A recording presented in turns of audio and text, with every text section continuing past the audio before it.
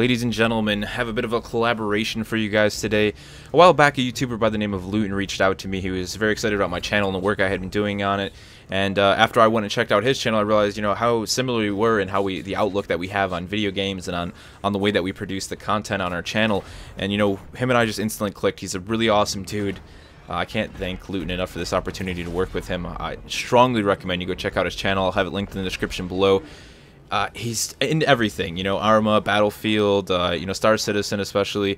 He has a really big focus on Battlefield on his channel, and I think he has a very good sort of perception as to, the things that happen in the Battlefield community and, ways that just the community can be improved. He really is just one of those people for me, the more I watch his Battlefield stuff, that is at the forefront of, like, here's the issue with what's going on inside of the Battlefield community. This is, what we need to do to start working towards that, and I really respect his Battlefield content for that reason. But we're going to be doing collaborations moving in the future. This is just the first of many. This one is Star Citizen themed. I hope you guys enjoy. Hey guys, Luetin here, and today I'm going to be talking about some more Star Citizen stuff, and this is actually a collab video today. I'm going to be joined by Tony Mo, and if you haven't checked out his channel before, you should really go and have a look at it. He covers Arma, Star Citizen, and a load of other stuff. If you like my channel and the kind of things that I do, I think you'll absolutely be interested in that as well. But obviously Star Citizen, there's so much to talk about with that game, and obviously the multiplayer aspect is coming in for more and more people. They just rolled it out to a load more accounts recently. But what we're thinking about today is some of the way in which that feels, the kind of the way the ships feel, the way they interact with each other, both in a fighting capacity and just the way in which you pilot them. So Tony, do you want to tell us sort of what you were thinking about there, what you were feeling about the ships themselves and kind of where we're going with the multiplayer aspect? Yeah, I think watching some of your stream and seeing some of the footage, since I haven't gotten my hands on it just yet, but it's really obvious that, there's this sort of disconnect between what we've been told about the way that the ships were going to break down and the way combat was going to go and the way it actually seems to be working inside of Arena Commander. I mean, when we look at all the time they spent showing us, where the wings are going to break off, your shields are going to break down, and then people are inside of Arena Commander being one-shotted, and there's just like instant death and very little feedback, and I find that very strange. And, we were talking how there's a lot of people saying, well, it's going to be different than the persistent universe, and I don't see that as a necessary thing. I don't understand their focus there. Again, we're still working with a very early alpha, so I would like to see that change, but, it just feels so strange to be in a game where you want the flying, to be a very strategic thing, and the better pilot wins. Yeah, you want the dogfighting, and it's just not there right now, it's so one-shot, like, CS, Counter-Strike going on, just like first person around the asteroid to get the headshot off wins. Yeah, absolutely. I mean, people that watch my video about the 300i this week will have seen that, it's so powerful, it's absolutely dominating. Now, they are going to release a new patch very, very soon, actually, for the Arena Commander multiplayer, and so we should see some good changes there. I'm going to be interested to see how that works. I think they're going to do some changes with the Hornet and the power plant and the way in which some of those weapons are functioning, because they've seen how the 300i is dominating, and it's just so ridiculously powerful. However, one thing that I'm still not overconfident about whether or not they're going to change it is the way in which the weapons can currently one hit. And it seems to be that the Omniskis, more than anything else with the 300i, seem to do this, where you'll be, you fire at another person and it just one hits them, whether they even seem to have their full shields or not. And so it's a little confusing. Now, obviously, we need to say that this is, this is such an early stage. You could perhaps not even call it like a sort of pre-alpha, really. We're so very, very early on. But this is still valuable feedback to give to them, because, this is at a period where they can change it. It's not so far ahead. This is the kind of development build time. So these kind of changes can come in here. And Tony, you were sort of talking as well about the way in which the ships sort of move and feel as well. And again, this is times that they can change it. So do you want to tell us about that? Yeah, I think, the physics are definitely on the right path. Like we were saying, the way the ship carries over, and, you have to deal with all of the effects of Newtonian flight. But there's just something about the ships that, again, it leads to the whole idea of what a dogfight should feel like. You should feel like you're pushing the ship to the limits, and you're understanding what you can turn and where you can bank and where you can't. And that just doesn't feel there. I feel like, I don't want to say weight behind the ships, because, again, we are technically in space, we're weightless, but at the same time, you still have thrusters that are moving a force, through space, and the mass of that space is going to change, the way that those thrusters and how much force it takes, and we just don't have that feedback yet, I feel. I feel like it's gotten better since that last patch, but it's still not there. And again, this is something, though, that Chris Roberts has talked a lot about, the the 6 degrees of freedom and full Newtonian actually coming in. So again, hopefully that's something we'll see moving into the future. But like you said, it doesn't really hurt to discuss these things. This is the feedback that's going to be valuable to them, you know, moving through these stages. Yeah, absolutely. I mean, right now, as I say, I seem to have kind of, I would say that it's inconsistent more than necessarily, you know, just gone bad one way or the other. Because I have had rounds that have been very, very good. In fact, even actually not bad from a dogfighting point of view, that will have like ships flying around one another and past one another, and you do, you know, you're coming up to a battle and you sort of fire in and roll through it. And so I have had those moments where it's been like that. But then again, you have the rounds which are not like that at all, and it's people just like sniping you from far, far away. And again, you know, some people would say, well, that's fine, you know, it's fine to play in that aspect, and it's true. But there's been some questioning, some people are voicing things as well about sort of damage notification, so that you don't realise you're getting damaged. If you watch back some of my footage from the rounds and videos that I've posted, again, people see this, that, you know, I'm flying along and I'm engaging targets, and then all of a sudden, bam, just dead. And there was no notification that you were taking any damage or anything whatsoever. I had full shields up, so it's very, very confusing there as to what sort of is happening. So again, these are all things that can kind of be refined back and so on. But right now, I do feel in terms of the actual piloting, the way that the ships fly feels okay. Some comments that I've had have been people being saying like, well, it doesn't really feel like you're moving at all, and it's like, well, yeah, that's that's just part of space flight. When you're in that kind of, you have no kind of physical points of reference for distance. So unless you're actually sort of near an asteroid field or a ship or something like that, it doesn't really feel like you're moving, because you're traveling through sort of stuff that you can't really see. There's no kind of reference of distance there at all until you come up to other objects, and then you do. But yeah, I mean, you were talking about the mass and the way that the ships feel. I mean, what was your thoughts there? Yeah, I mean, it's interesting because you talk about the speed, and I think that definitely kind of goes together. And I think, like you said, it's a lot to do with smaller pieces of feedback on all of these things, you know, on like, how is my ship getting hit? What can I do there? And I'm going to make a comparison to Elite Dangerous. I know I'm going to be like burned at the stake for this for a lot of SC fans, but I mean, the fact is that game is really far ahead in terms of their actual flight system. And some of the things they do, you know, Star Citizen has a really great visual G-force system, which again helps, you know, with just that feeling of being in the ship. But there's not a lot of other feedback going on there, I feel. It's just visual. You know, when you're pulling those tight Gs, there's not enough being done to make my character feel like he's pressed into the seat. And I think that, you know, when people start talking about speed in that as well, that's actually a good, you know, a good segue there, because when we talk about the speed of the ships, this is something we know that they've mentioned, you know, could increase. And at the same time, as you said, you're in space. And I know one of the things that Chris Roberts and also the guy who's designing essentially the flight system mentioned is that they do plan on putting, like, you know, more space dust in the game. Just those smaller elements of feedback. And again, going back to Elite, one of the things that they've done when you talk about, you know, the ship taking damage and breaking down slowly is your shields go down. Obviously, a very significant warning comes from your ship. Shields are down, you know, they need to go back up. But then you start to see your canopy starts to crack, and the hull starts to take damage. And once that becomes critical, your ship's kind of just dead mass floating in space, and it breaks apart and you die. And I'd like to think that that's definitely the direction that, you know, Star Citizen's planning on going. But that one-shot thing, though, that is something that really does kind of... I'd hope it's just a bug. I find it weird, like, that you mentioned that people are actually being okay with that. To me, it's just like, no, that's unacceptable, you know. It has to be some sort of a bug, and hopefully it'll just go away. Yeah, I think so. And I think the thing is as well is that there has been talk around, and I should point out this is not sort of confirmed and hard written, but it's been sort of spoken about that, will the persistent universe, which is obviously going to be the main sort of multiplayer aspect of Star Citizen, the main sort of universe world, that whether or not the combat in that situation will be different to Arena Commander. Many people have kind of likened Arena Commander almost to sort of like an arcade module where it's all about just that sort of dogfighting aspect, which of course it is. But many people have been sort of saying about, yeah, well, this is going to feel different, it's going to enact differently than it would the persistent universe.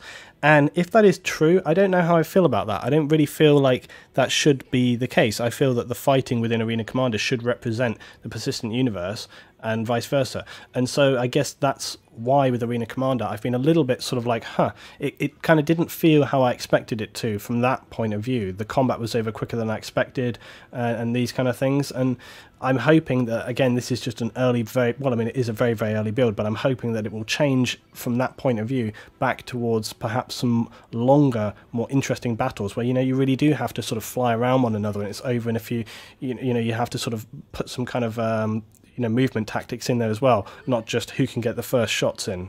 That's really what I hope it moves away from. And I hope for many reasons that changes, mainly because in the persistent universe you don't want to be piloting along with a valuable ore supply or something like that in your ship, and all of a sudden 2 ships come out of nowhere and it's just like bam bam, you're dead and you never had a chance to do anything. I really don't want that to be the case. I don't want it to be the case that we're basically like DayZ in space, where it's like as soon as you see another player, bam, you're dead. We don't want it to be that case. I don't think that would. I don't think they want it to be either. I think we won't see that. But I think it's going to be important that we make these changes and we see that change to the combat system, basically. Yeah. When you mentioned the one-shotting thing too, a thing that I find very interesting is, I think it's one of the things that lends itself to the fact that it's definitely not going to stay like that. Is that, again, the best setup you can run is 3 laser cannons on the 300i, when the fact is that lasers in Star Citizen have already been, we've been told by Chris Roberts that yes, we're going to follow the whole idea of plasma versus plasma is bad, and the idea being that a laser wouldn't actually be the best tool for breaking down a shield. You'd use something different. You'd use like a hard cannon, and it's interesting that 3 lasers is able to like sort of insta-pierce the the shields and just kind of destroy the ship almost instantly. Yeah, I mean, one of the things that the guy said to me today is that it's, the game is going to be about balance. It's going to be all about balance. And, one thing that is really positive so far is that, they respond very quickly to making changes and adjustments, and I guess that's because we are also still in the dev period. It's not so much we've been a full release, but I think it is really positive that they make these changes so quickly and they listen to the community so much. And I really hope that, again, that's just the way we are going forward.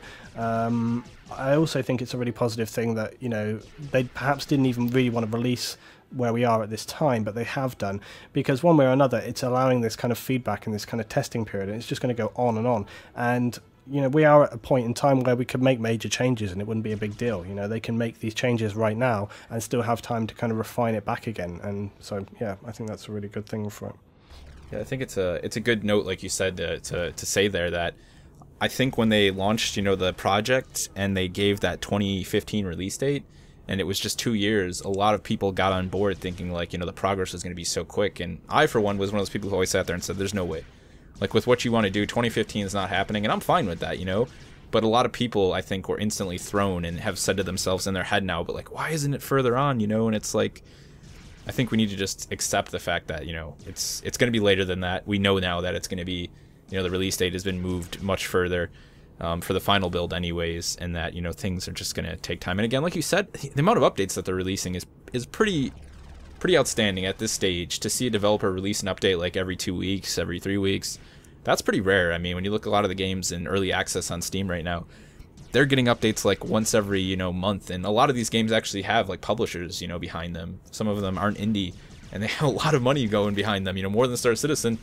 And they're getting updates like once every 3 months, and they're not changing the things that everyone was freaking out about. Like, I'm pretty confident that in that next patch, we'll see things like the damage model being refined, and, the physics and a lot of that stuff just starting to come together already. They've obviously looked at what we're saying. They see the forums, they see the videos, and I'm hoping that, they make that direct change, because that's what they've done in the past. It's just, it's what they're known for at this point. Yeah, definitely. And that is one thing that I feel is really positive. The other thing that is fantastic as well, just this is a little off topic, but I just think it's so amazing the amount of openness with the development has been going on. I mean, they've said from the start, obviously they wanted to do a full open development, but it's really been so unbelievably open. I know developers in various different games at the moment, and from having spoken about the way in which they are acting with Star Citizen, these guys have been like, I can't believe the way that they're working, because from their point of view it's just so alien. It's just a totally different way of working, but it's so good to do that because it allows everybody to be on the same page and we see where we're going. There's no kind of confusion and stuff, they're just, it's all right there for everybody.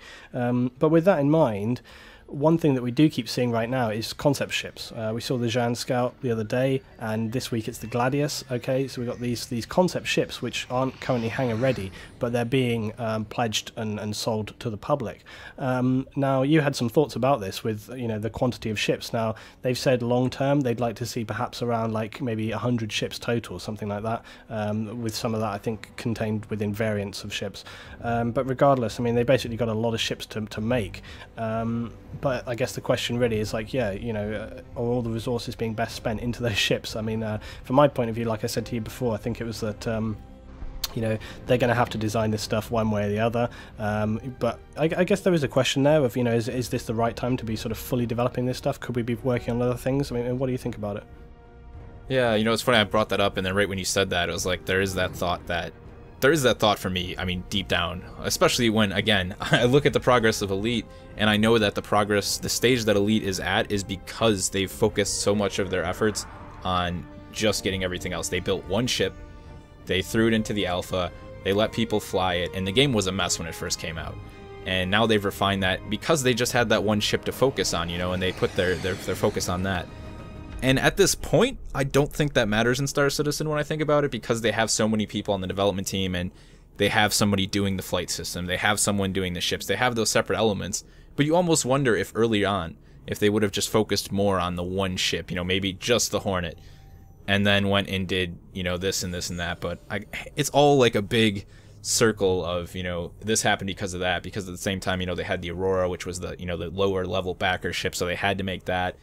And at the end of the day, the ships have made them the money that they now have to make the game. So as much as it does sort of bother me to see all these ships being released, and, you know, the Gladius just coming out and all of this stuff, and then the game is still at its state, I guess I really can't actually use it as a valid complaint. And I hope that you know, what I'm saying isn't true, and that they're fine, you know, they're doing just right, and the progress that they're at is the stage they would have been at regardless of whether or not they focused on those ships. So yeah, I think it's one of those things where it's basically like, you know, it's as long as it is short, you know. It's like, you know, they've got their way of working, and but I think it's always important to kind of question these things and think about and put those sort of statements out and say, well, look, you know, do we think that they're doing the right thing? Are they working in the right way?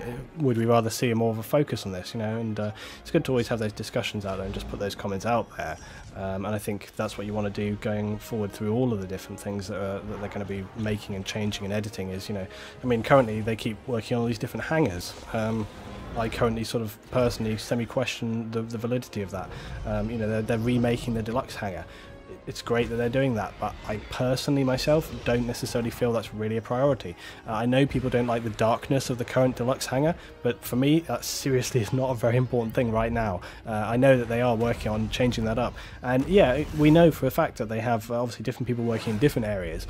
Just to kind of use an analogy, people were saying with Battlefield 4 when that first came out, and there was a lot of issues there, and people were saying, like, you know, why don't you put more people, you know, stop developing the DLCs, put those guys into fixing the game. And it's like, guys, that's not how it works. They have people in different departments working different things. You can't just take those guys and make them fix, you know, put more time in. And so I'm pretty sure that's how it is with Star Citizen, is that, you know, right now they have guys working on these other sections, and they're going to be working on that stuff from now until release, you know, so they're never going to be able to kind of dedicate time into other areas. So I think that's the kind of reference point you have to use for that kind of stuff, and it's important for everyone to just be aware of that and keep it in mind when we're thinking about the development process.